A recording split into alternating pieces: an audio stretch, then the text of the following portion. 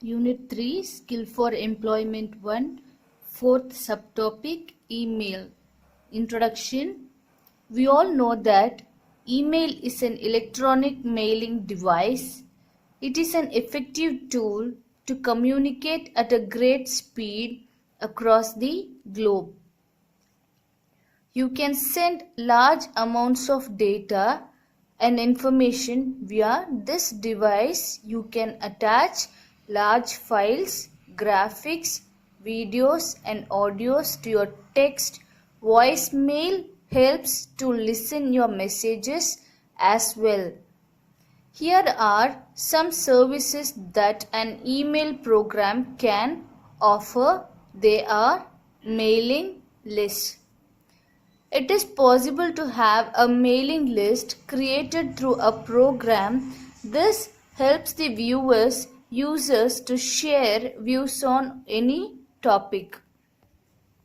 Newsreader.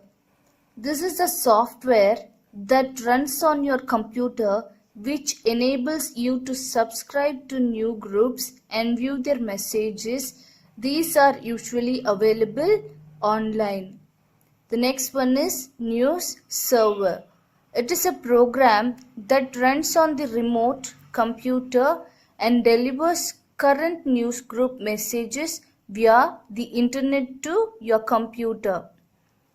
Fourth one, Chat. It is a popular internet service where people interact by typing out messages to each other. Fifth one, Email Etiquette. Email etiquette refers to a set of guidelines to help you use email effectively and appropriately. Here are some essential guidelines.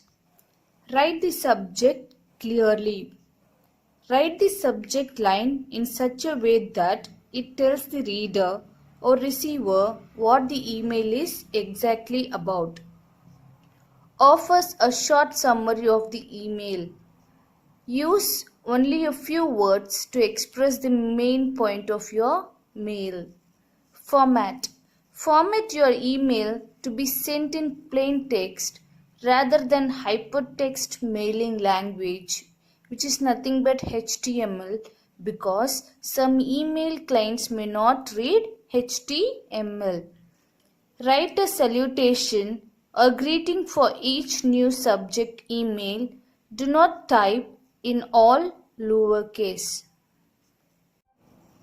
Use capitalization and punctuation in the same way that you would in any other document.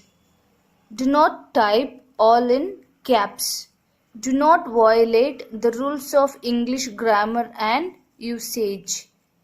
Proofread carefully. Take the time to proofread your document before you send it. Use the spell check and the grammar check. Be aware of your reader. Although keep the reader in mind, this helps you appropriate tone and forms in your writing. Emails are public documents. Despite the fact that you may send an email to someone privately, don't spam your readers and send them unnecessary or frivolous messages. Soon they will quit opening any message from you. Send attachments sensibly. Send longer messages and formal reports as attachments. Title the document that you are attaching in a way that is easy for the recipient to find once he or she downloads it to his or her files. In the content of your email, tell your recipient what types of software was used to create the document, the year or version, and the title of the attachment. Make sure that you do not send overly large attachments unless you are sure that your recipient's internet connection and email client can handle them. Keep the body pointed and purposive. The body of the email must be brief so that readers do not have to scroll.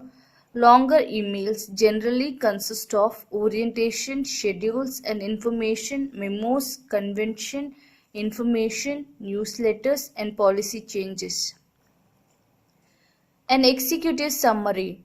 This is a short summary of everything in the email document, including the main purpose. For example, an executive summary at the top of the document. How soon a response is required from the recipients. Required response. Your reader is most likely going to read the first few lines of your document thoroughly and browse through rest. Example, please let me know by Wednesday whether you're attending the meeting. Learn email management. Clean your inbox regularly.